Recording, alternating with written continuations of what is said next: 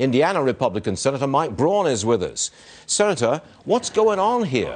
Why on earth would the Speaker even suggest a delay in what she is constitutionally supposed to do? The only reason I can come up with is the case is that flimsy, that you're going to use this as kind of a last-ditch attempt to play with the process. It was flimsy from the beginning, Stu, in that they were wanting to impeach our president without even having a reason.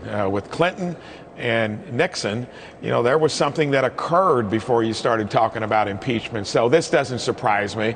I think politically it'll get distilled in the same way the whole process has, and she'll quickly maybe go the other way. Who knows at this point? So it is the day after the impeachment vote, the morning after, I should say. The Dow Industrials are up nearly 80 points. We've got records across the board. The stock market really likes this. I mean, actually, it's ignoring impeachment. But outside of that, Mr. Senator, I sense that the level of anger is rising in this country. Do you sense it too? Well, from Indiana, where the president won by 19 points back in 2016, you got to remember, he's the embodiment of people upset with what was happening here before he got here, regardless of what you think about the president's style.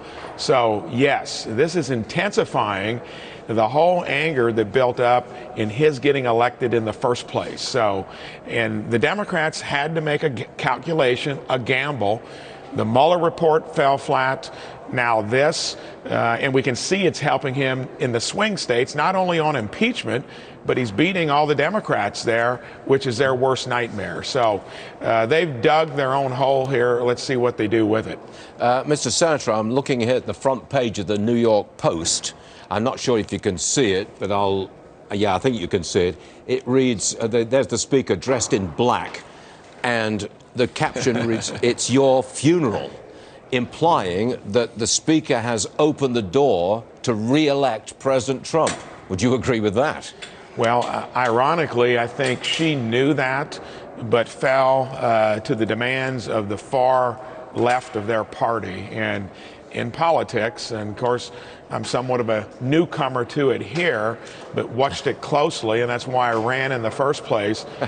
You create your own pathway, and she's got to be just, it's excruciating for her to see it end up in a place like this, because the polls and the popularity of whatever you do here translate into votes on the day of reckoning. I was going to ask you, are you still having a good time? But I'll ignore that question, okay? I do want to talk, though, about your colleague, Senator Pat Toomey. Yes. He says he's not going to vote for USMCA. He says won't vote for it because it actually restricts trade. That's what he says. A, do you agree with that? And B, do you think there are enough votes in the Senate to pass USMCA when it's finally up for consideration? So Pat, first of all, is one of the truest conservatives here in the Senate and one of the smartest. And I'm going to say that he and I agree on almost everything.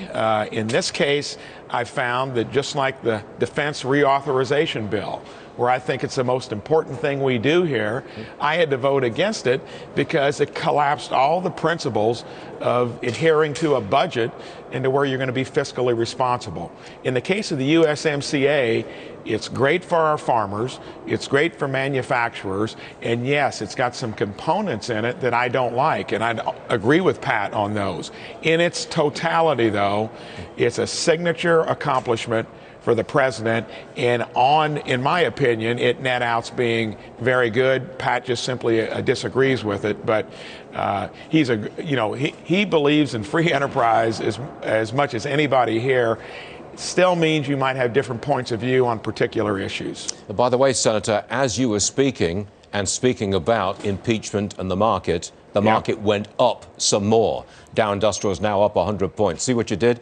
You're a fine senator, Senator Braun. You're a great guy. Well, I'm glad I did that. Yeah, so are we. Mr. Senator, it's always a pleasure to have you on the show, and we thank you very much indeed. Thank you, sir. Thank you.